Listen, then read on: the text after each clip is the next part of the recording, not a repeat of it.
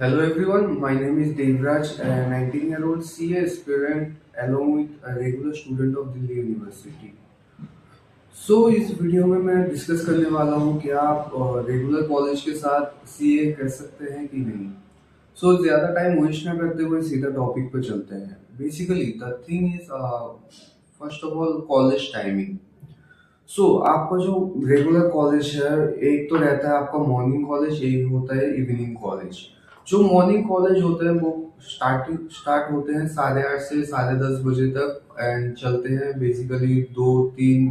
जो first year के student है उनका मैक्सिमम 3 बजे तक खत्म हो जाता है, और फिर जो सेकेंड थर्ड होते हैं उनका फिर 5 बजे तक चलता है।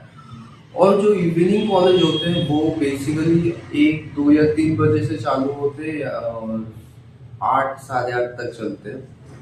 जो आपका दिन भर कॉलेज टाइमिंग होता है ना, 6 या 7 घंटे का, तो वो आप उस टाइम पे आप प्रिपरेशन नहीं कर सकते। बाकी आप सुबह कॉलेज जाने से पहले या फिर कॉलेज से आने के बाद आपको टाइम मिल जाता है अच्छा खासा, उस टाइम पे आप प्रिपरेशन कर सकते हो।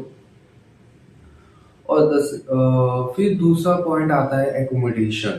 अगर आप अपने सेम सिटी या सेम स्टेट से कर रहे हो, अगर अपने घर से जाके कॉलेज कर रहे हो तब तो बढ़िया है। पर अगर आप मेरी तरह दूसरे स्टेट पे जाकर या दूसरे सिटी पे जाकर अपना कॉलेज कर रहे हो, तो फिर आपको थोड़ी दिक्कत हो सकते हैं।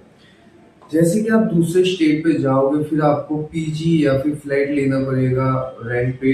तो उस पे भी अपने एडवांटेजेस या डिसएडवांटेजेस हैं सबके। अगर आपको उस पे वीडियोस चाहिए तो मैं उस पे भी बना सकता हूँ।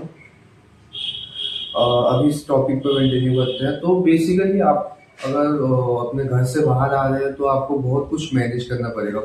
PG the third thing is college task.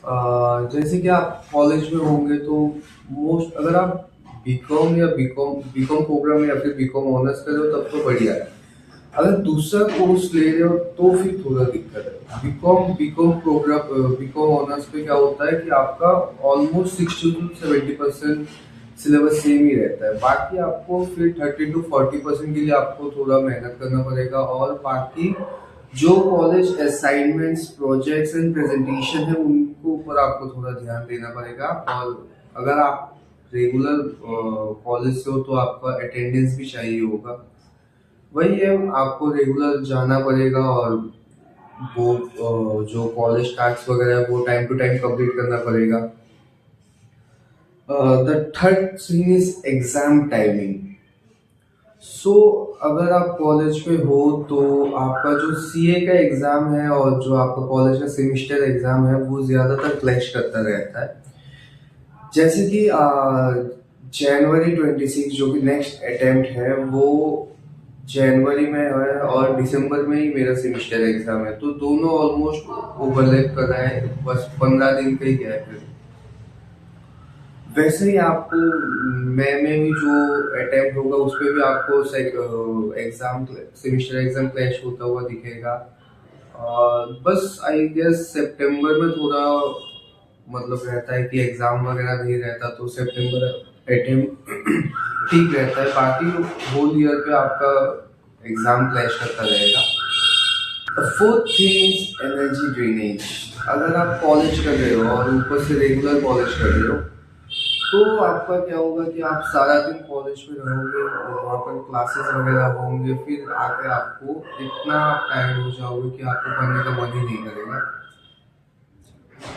सो वही है कि आप ऊपर से आप अगर दूसरे स्टेट पे रह रहे हो तो आपको खाना वगैरह भी बनाना पड़ सकता है, तो वो ऊपर से और एक टास्क है।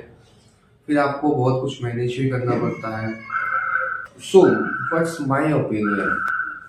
इन माय ओपिनियन आपको कॉलेज करना चाहिए along with CA. Now the question comes why? क्योंकि CA itself is a very difficult exam. आपको बहुत अनसर्टिनिटी है कि आप पास कर पाओगे कि नहीं कर पाओगे। होपफुली आप कर पाओ, पर अगर नहीं हुआ तो क्या? आपको पास कोई डिग्री भी नहीं रहेगा, आप अनग्रेजुएट हो गए, आप बस 12 पास होकर रह जाओगे। तो दैट्स वाई आपको एक कॉलेज डिग्री, अच्छे कॉलेज से डिग्री करना बहुत ज़रूरी हो जाता है, ताकि आप अगर सीए ना भी हो पाए तो आप ग्रेजुएशन के डिग्री के बाद आप कुछ एमबीए वगैरह भी ट्राई कर पाए।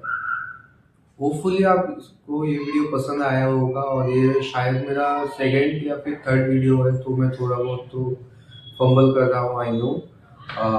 इवेंचुअली मैं इस पे काम करूँगा। होपफुली आपको वीडियो पसंद आया। अगर पसंद आया तो सब्सक्राइब कर दीजिए प्लीज़। Thank you.